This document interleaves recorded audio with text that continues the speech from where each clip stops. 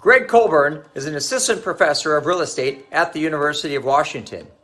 He pivoted into academia after spending years as an investment banker at Goldman Sachs. He teaches classes on financial modeling and advanced housing studies.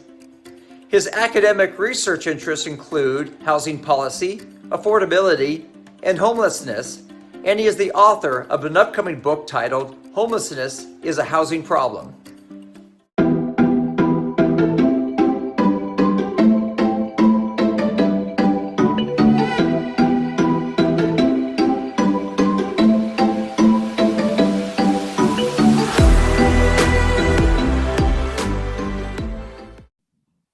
So to jump in, how did you connect with the University of Washington?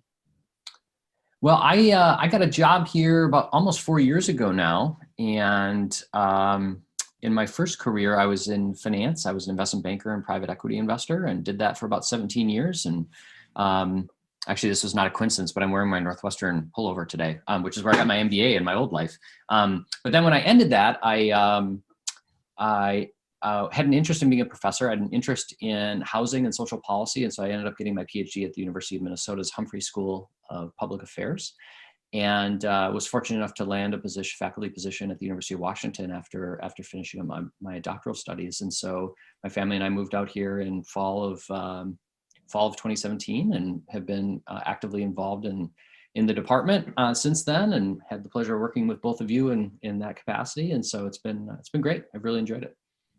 Well, we know it. We've had your classes, but help us understand your role and what you do at the University of Washington. Sure. So in teaching, I teach in both our undergrad and graduate programs. And the courses that I teach, I actually teach one of the first courses that our master's students take, which is a financial modeling class that both of you had. And that's really an introduction to pro forma modeling, which is obviously a key skill for anyone in the field of real estate. And then I also teach an urban economics class. I've taught that at both the graduate and undergraduate level. And we also include real estate market analysis in that course. And then I actually created a course as part of our housing certificate called Advanced Housing Studies. And that has been a really fun class to teach, which is a survey of issues related to housing broadly defined. And we get students from both our program as well as other parts of the university, which has been really fun. So, and what else have I taught? I've done an affordable housing studio, which was really interesting, related to tax credit financing of affordable housing. And so I've had a interesting array of classes to teach. I also conduct a lot of research, which all faculty at the University of Washington are required to do. And that has been rewarding and a part of my job that I really appreciate. And then I also am pretty engaged in the community with a variety of organizations that are thinking about the housing crisis in our region. And so I get pretty involved in some of that work as well. Great, Greg. Well, I want to transition and talk a little bit about your upcoming book here. Firstly, maybe for the people that don't know you, what's the book about? What's the motivation behind it? And give us a little bit of a rundown there. Sure. Thanks, Sean. So the book is called Homelessness is a Housing Problem. And my co-author Clayton Aldern and I just finished the book up in February, and it's in production right now with the University of California Press, who is serving as our publisher. It should be out in January-ish of 2022. And the reason, my motivation for writing the book was since getting to Seattle in 2017. Obviously, homelessness was a big issue at that time. It's only gotten worse, in the 4 years that I've lived here. And I describe it a little bit like being a geologist after an earthquake, where everyone wants to talk to you, right? Because it's top of mind. But then usually the earthquake fades, and then the geologist goes back to doing what he or she does, which is, working in some anonymity. And so I have been in countless conversations with people at social events, on campus, elsewhere, on the golf course, whatever the case may be, and homelessness comes up, and it was really fascinating to me to listen to everyone's perspectives on the issue. Everybody cares about it, right? There's no apathy issue, but the perspectives and understanding of what was causing this is all over the map. And so I wanted to write a book which really answered the question, which is, why is Seattle so bad? Why is it so bad in Seattle? Right. And it's really a book that hopefully will resonate with anyone who lives and makes Seattle their home, either for work or where they live, because it's a major issue. And I've traveled and lived in a lot of cities around the country, and there are cities where this is much worse than others. And so the point of the book is to say, why do some cities have a huge homelessness problem and why do some not? Okay. And the punchline of the book is that housing market conditions, both the cost of housing and the availability of housing, is the best predictor of rates of homelessness on a per capita basis. Okay. And the book is focused at the city level or the region level, not at the individual level. Right. And so a lot of homelessness research is focused on the individual and says if Gregg were mentally ill or Gregg took drugs or Gregg was in poverty, Gregg's more likely to be homeless. And that's absolutely true. That's absolutely true. And so these individual factors are certainly important, and we certainly see it when we're walking around and we see people who are addicted or mentally ill. But the research in the book demonstrates that it's not that we have more people with those vulnerabilities. We don't have more people with mental illness. We don't have more people who are addicted. We don't have more people who are living in poverty. In fact, we have less than a lot of other regions, right?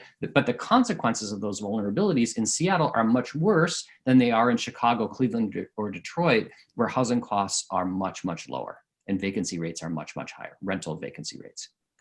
And so the point is that if we focus on these individual vulnerabilities and say, we've got a drug problem in Seattle, then I don't believe we are ever going to solve this problem because it's not a drug problem. Drugs certainly make it more likely that you'll experience homelessness, and that's more likely in Seattle than Chicago, but we can't treat our way out of this, right? Because ultimately we still have a huge deficit of housing. And so that's really the point of the book, is to center the conversation and to properly diagnose the problem, because once we have a diagnosis, we can then start thinking about how to treat it. Okay. So that's really a brief overview of the book and why I kind of felt the need to write it. So as a housing problem, where does Seattle begin addressing, Seattle specifically, since we're here, addressing its massive deficit in supply?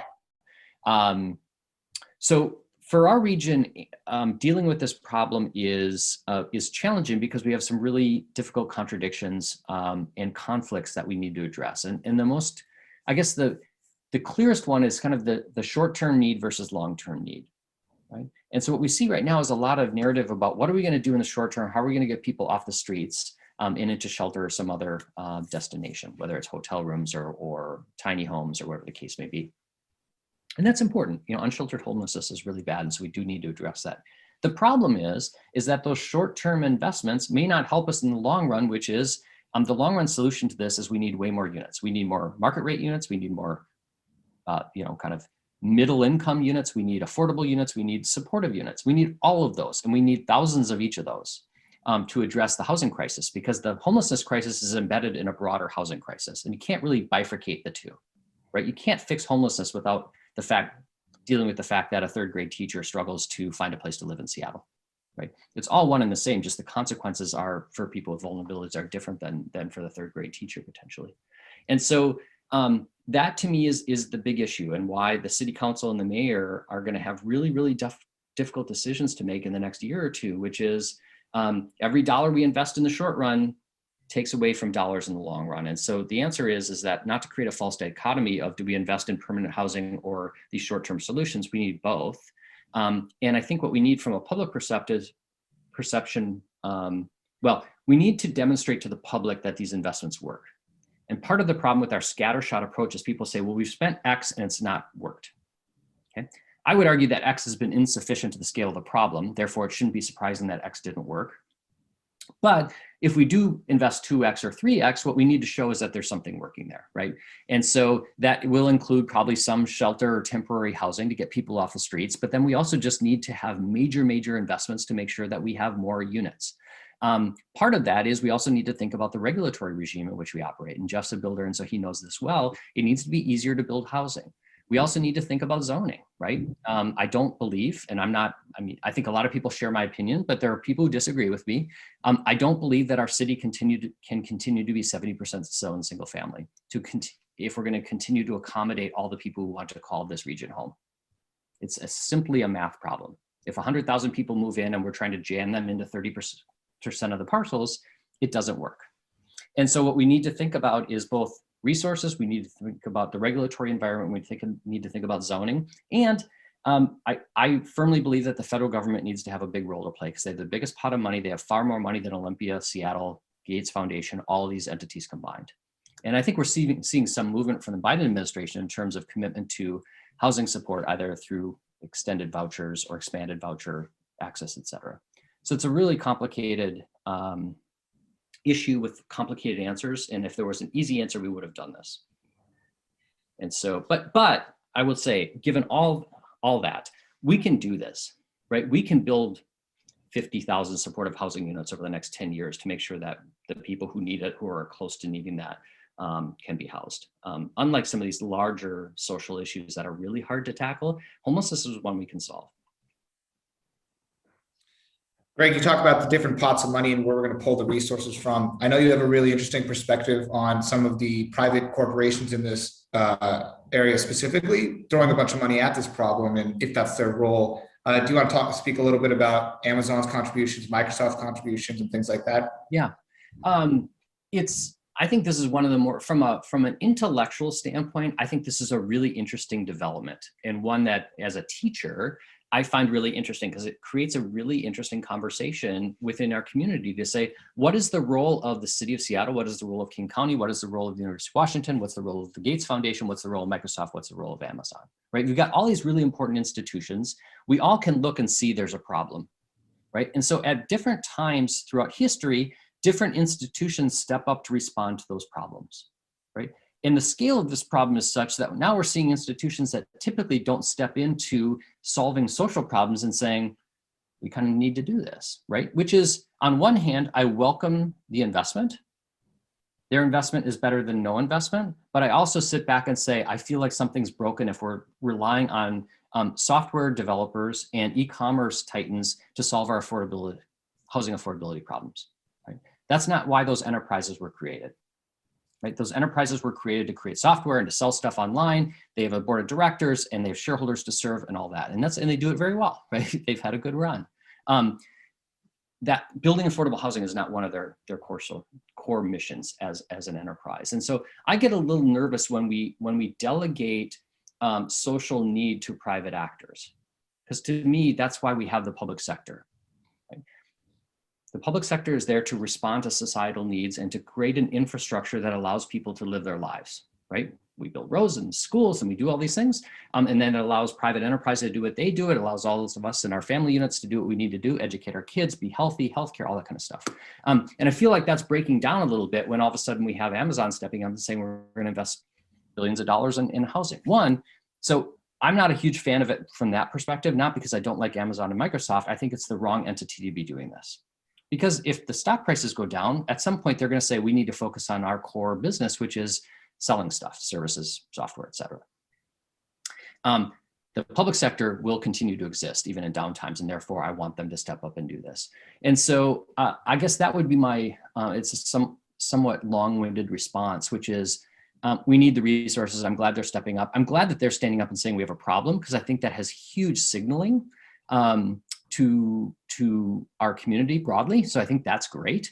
But I would love for them to stand up and say, we've got a big problem. We're putting some of our own money to this. And also we need to think strategically as a region, how are we going to fund this at a scale that we need, right? Because even Amazon and Microsoft and the Gates Foundation, with all the money that they have, don't have the funds to fix this. The public sector does. Like, the power of taxation is really powerful. And so the resources exist here to do this. It's just a matter of whether we will have civic leaders and the population to step up and say we're willing to fund that through some form of revenue generation. Greg, I want to transition a little bit back and say, so I saw your talk with the real estate club, and in it you said you got a call from Boise, and it reminds me kind of the similar approach that everybody said, hey, Seattle's going to be San Francisco in 10 years. That was about 10 years ago, and now we're pretty much there. Well, if Boise calls you and says the same thing, what was your response to them? How do cities that aren't quite where we are, but are rapidly growing and are going to have the same deficits, what do they do? Well, yeah, it was a great conversation, and I met with a group of leaders there that are wrestling with this very issue, in the sense that they're starting to see growing affordability issues. COVID has accelerated that because people can work remotely, and so you can leave Silicon Valley and move to Boise, which is a nice town, and you can work for Facebook from there. And while it's expensive, it's nowhere near as expensive as Silicon Valley, and so they're really getting scared. They're seeing a lot more homelessness, and so the warning that we had with San Francisco is the same warning they have with Seattle. And I said, pay attention, because it's a lot easier to deal with it now than it will be in 10 years, right? And that's where Seattle is right now, where the problem is at a scale where we say, oh crap, like what do we do now? And so the fact that they're ahead of the game and asking these questions is really important, but sometimes the urgency of the problem, the resources come with urgency, and to get those resources before it becomes an acute emergency is sometimes hard. And so that's really the challenge they have, which is to say, we need to, all of us as a community, to think forward, not necessarily our current reality, but we need to make investments to address this crisis that we know is coming, but right now is maybe not at the level that forces us to act, right? Unfortunately, a lot of our policy responses, whether it's in many domains, usually requires a crisis to do something, right? You think about the federal response to the Great Recession, right? And TARP and all these different actions, right? It wasn't until the market just was absolutely tanking that the Congress finally said, yes, we need to step in and do something, right? And so unfortunately, we wait until things get so bad before we act. And so the hope for Boise and other communities is that they can start to think about, how are we going to create the housing units? How are we going to create the capacity within our system to accommodate the people who are moving to our region? Because if we stick our head in the sand and pick it up in 5 years, you may not like the result that you got, right? And that will require a lot of work with homeowners and neighborhood coalitions, because your community will change, right? As the population grows, it will not stay the same Boise.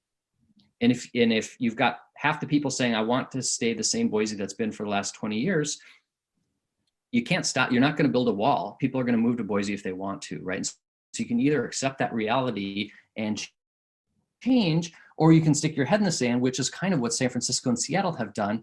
And then when you pick your head up, you're not real happy with where we're at. And so it's really thinking strategically about how you change the built environment in your community, because there are very few communities that can accommodate double-digit growth year after year after year after year, unless you are making huge changes to your housing stock. Unless you're Detroit, right now, where you have huge capacity, and you could accommodate that, but that's a pretty unique situation. Most places don't have that slack in the system to be able to accommodate huge growth like that. And they were smart, really engaged, and so I'm hopeful that they will take some of the steps in terms of zoning and regulatory issues and some public investment to highlight the fact that they need more units. I want to talk a little bit about the intersection between creating housing supply and the environment. We know that we push growth boundary acts, maybe we create sprawl, like a lot of what we see in LA. It also means more vehicle miles traveled for people from driving from further off. So is there a portion of the solution that can combine those two things, or are those at odds with each other? Yeah, that's a great question. At times they are at odds, which pains me a little bit to see affordable housing advocates and people focus on the environment at odds, right? Because I think they're two really important goals for society, right? We need to think about how to live sustainably, and we need to make sure that we can provide housing for folks. And so my hope is that we can get everyone going in the same direction. I actually gave a talk at Boston University. It was the summer before COVID, whatever that was, summer of 19. And they had a conference basically on this very topic. It was sustainable cities and affordability, and how do we make sure that they happen? Because sometimes it's more expensive to build a sustainable home. Right, so there we have the two things in conflict. Sprawl may ensure affordability, but as you know, that may not be real good for sustainability. And the point that I made was, I think that some of the key solutions for both of them are not in conflict, but they are complementary. And so I would argue that denser housing in the urban core is a way to achieve both of those outcomes. Right, I think that can be done sustainably. I think it leads to fewer vehicle miles, right? Shorter commutes, you don't have to sprawl, and you go up, and you're making better use of the existing parcels that you have in your urban core. And hopefully if we build those out appropriately with a nice mix of affordable and market rate units, we can address affordability as well. But that is one example where they are in alignment. I won't say that in all circumstances they are in alignment, and that's an ongoing conflict that planners and policymakers need to confront, because we need to make progress on both of those things as we go forward. And sometimes they might kind of run into each other a little bit, but my solution for Puget Sound is not to sprawl over the Cascade Mountains, right? My solution to the Puget Sound region is we need to think about taking advantage of light rail and rapid transit throughout our region, ensuring that we have the density around station areas such that people can live from from way north all the way down to way south, and be able to get to the city if they need to, and hopefully that will ease some of the pressure on the house, or ease some of the housing cost pressure that we see in Seattle and kind of the inner suburbs right now. Because if we have dense housing up in Everett, you can live in Everett, you might work up there, you might work down, you can hop on light rail. It just changes the way our region will operate, as opposed to, sitting in an hour-and-a-half commute on I-5 going south and then back north. I mean, there are a whole host of issues related to that. So my hope is that they're not mutually exclusive, that we can do this together. I think the other thing that's important, and you two may know more about this than I do, but new technologies in building are really going to be really important, right? Because the cost of housing is very expensive. We can't change the land costs, but hopefully we can change how much it costs to get these things built, right? $600,000 or $700,000 for an affordable unit is not affordable, right? And so if we can come up with new technologies that are not only more affordable, but also maybe more sustainable and environmentally friendly, I think that's an opportunity for innovation in a field that has been probably overlooked from an innovation standpoint, right? All of our innovation kind of mind share goes to this stuff, right? And we still just kind of put up 2x6s or whatever, and then we put a roof on, we put siding on, and that's what we do. And that may need to change. Hopefully it will, for both of the concerns that you outlined, Sean. So bringing it back to hyper-localized, if people become super invested in homelessness and they want to do something tomorrow, what can we do on a very local level that would help in the immediate future? And who do you go for that? Is it calling, Alex Peterson or Mayor Durkin, whoever your representatives are, or where's the place that we can make an impact immediately?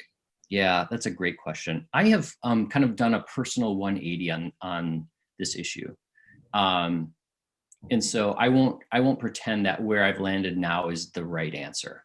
But I was kind of a public action skeptic when I was in my first career. And so, for example, my charitable dollars that my wife and I gave were usually to organizations that were addressing these issues. And I would rarely, unless I knew someone, give money to a political candidate, because I just thought it was easy. It was better to put the money there to good organizations that were addressing the problems. And as I started to think about this and study it more, I still give money to those groups because I think it's important.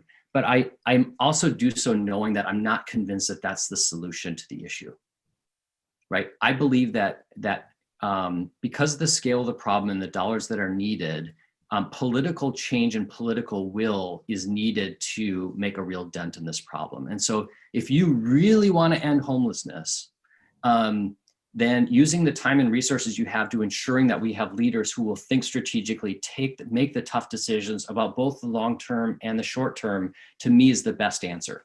And it doesn't mean that you shouldn't give money to a soup kitchen. It doesn't mean you shouldn't give money to DESC, which is providing shelter services. It's absolutely important. But what I don't want to leave people with the impression is that giving that money to those organizations will fix the problem, because those organizations are treating the problem right now. They are a little bit, but for the most part, they're responding to this crisis. And what we need is for political leaders, civic leaders, everyone to step up and say, but now we need to think strategically about how we address this in the long run. And that's not going to happen from a 501c3, in my opinion, right? My good friend Colin Min, who just left the Gates Foundation, who headed up their homelessness investments, gave a great talk. We were speaking together on a panel, and he looked at the budget of the Gates Foundation, which is immense, and compared that to state government. It's nothing, right? So what has the Gates Foundation done on these really important issues? They have partnered with local governments to make systematic change to the way we think about things, because they, even with all of their money, have known that their money is not sufficient to make the systematic change that's needed. They need to partner with innovative, creative public sector partners who are willing to take risks and do things. And so if the Gates Foundation is saying that private philanthropy is insufficient to solve this, that causes me to my antenna goes up and I say, yeah, I think that's probably right. So it's really a non-answer. But I would say that you can't ignore politics in this. And this will continue to be a central political issue in Seattle. I think in this next mayor race, it's going to be fascinating, right? The discussions are already happening. And whoever is elected a strategy for this will need to come, and and hopefully it's strategic and it's long-term and it's ambitious, is my hope anyway. Well, Greg, we're getting to the end of our half hour here. So I just want to give you a couple minutes to tell people about, when to expect the book, where they might be able to sign up for a newsletter or something about it, and get updates on the progress of that. Yeah, well, thanks so much for your interest. My colleague and I have a website, and I'm going to flip screens here for a moment so I remember what it is. It's called homelessnesshousingproblem.com, which is, and we'll include a link to that hopefully in the email that you send out or in this document. And that's a summary of the arguments that we make in the book. And there's a red button on that you can click on and just put your name and email in there. And then once pre-ordering is available through the publisher, we'll send you an email, and then you can, if you choose to at that time, sign up for pre-order, and you can get the book at that point. But I would anticipate the book to be out right after the new year. We don't have a finalized date yet. And then once that happens, then you should be able to find it at most electronic places where you might get a book, like Amazon. But local bookstores in Seattle will certainly have it. And I would guess in cities where homelessness is a bigger issue in the Bay Area, hopefully some of those bookstores will be carrying it as well. And I'll be doing a lot of PR for the book and traveling around and talking about the arguments we make. And, my hope is that this is not just professors and scholars of housing who read this. It's people working at Amazon and Microsoft, or people walking around Seattle saying, what is going on here? And it was written for that audience, right? Such that you don't necessarily have to have any knowledge of homelessness or housing policy to be able to engage with the book. So my hope is it will reach that audience as well.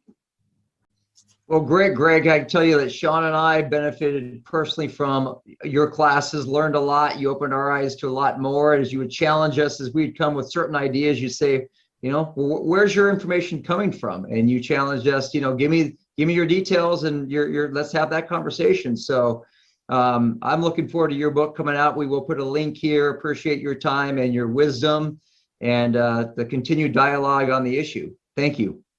Thank you both. Appreciate it. Thanks, Greg.